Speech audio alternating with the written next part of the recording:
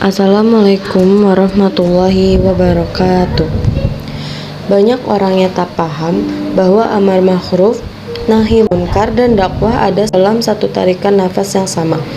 Kedua-keduanya memiliki hubungan keterkaitan yang sangat erat. Untuk menguatkan tesis ini, apa yang pernah disampaikan Fakhruddin Al-Razi dalam tafsir Mafatih Al-Ghaib penting dikemukakan di sini.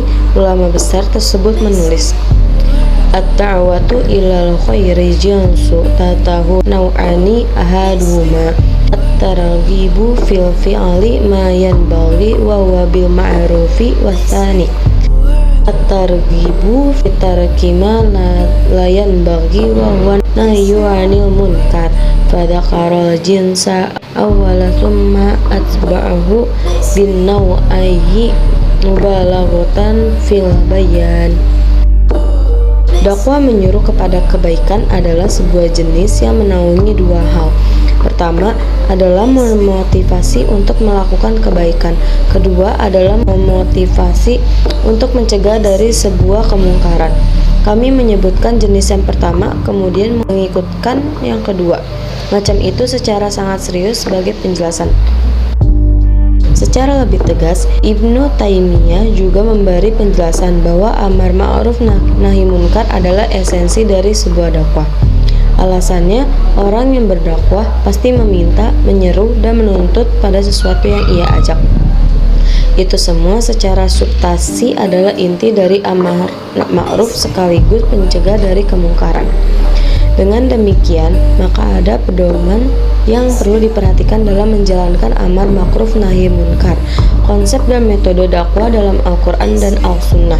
Secara shar'i, dalam Al-Quran tersebut sebagaimana metode dakwah, Allah Subhanahu wa taala berfirman, Ad'u ila sabili rabbika bil hikmati wal mau'izatil hasanah wal jadilhum billati hiya ahsanu inna rabbaka wa huwa a'lamu biman dhalla an sabili wa huwa a'lamu bil muhtadin. Serulah manusia kepada jalan Tuhanmu dengan hikmah dan pelajaran yang baik, dan bantahlah mereka dengan cara yang baik. Sesungguhnya Tuhanmu dialah yang lebih mengetahui tentang siapa yang tersesat dari jalannya, dan dialah yang lebih mengetahui orang-orang yang mendapat petunjuk.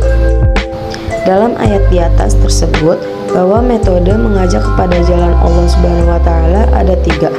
Pertama adalah dengan hikmah. Menurut Al-Baidawi sebagaimana dikutip Al-Zuhaili, metode hikmah ini adalah metode untuk orang-orang tertentu yang hendak mencari hakikat kebenaran. Kedua adalah dengan mau'izah hasanah, memberi penjelasan dengan tutur kata yang baik. Metode ini dipakai untuk masyarakat umum. Ketiga, berdebat dan berdialektika, yakni diperuntukkan bagi mereka yang secara tegas menolak ajaran agama dengan kesangsian-kesangsian. Namun demikian, sekeras apapun penentangan terhadap Islam, agama tetap mengajarkan agar berdebat dengan cara lemah lembut. Logika agama yang terukur dengan cara terbaik. Setelah membahas terkait metode dakwah yang sebenarnya adalah bagian dari amar ma'ruf nahi munkar. Dalam beberapa keterangan, kemungkaran yang harus diingkari haruslah memenuhi sebagai berikut. Kemungkaran tersebut adalah kemungkaran yang sudah disepakati bersama mujma' alaih.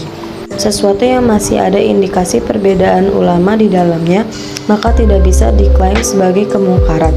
Dalam sebuah kaidah fikih tersebut, tidak dipertahankan mengingkari sesuatu yang masih diperselisihkan, akan tetapi diingkari sesuatu yang sudah menjadi kesepakatan.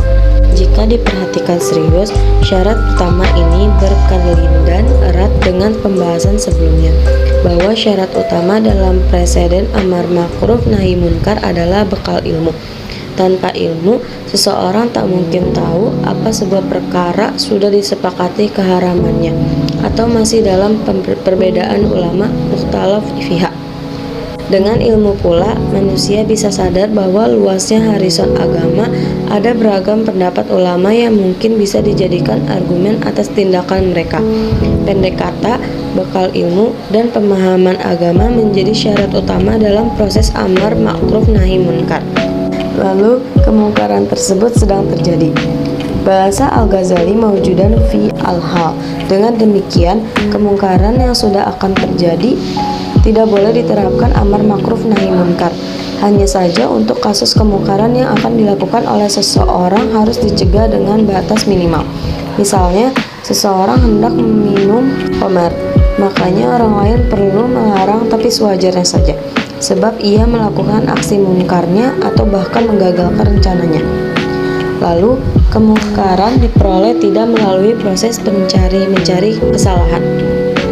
Artinya, jika orang melakukan kemaksiatan secara tersembunyi, tidak terang-terangan, bahkan secara rapi, maka tidak boleh bagi siapapun membututinya. Adapun mencari dan menguliti kesalahan orang lain, Islam menganggapnya sebuah perbuatan tercela. Ini sebenarnya perwujudan acara Islam yang begitu menjaga privasi setiap manusia. Allah Subhanahu wa taala berfirman, "Ya ayyuhalladzina amanu ajtanibu katsiran minadh-dhanni inna ba'dadh-dhanni itsmun wa la tajassasu." Hai orang yang beriman, hindarilah banyak dari prasangka kecurigaan, karena sebagian prasangka itu adalah dosa, dan janganlah mencari-cari kesalahan orang lain.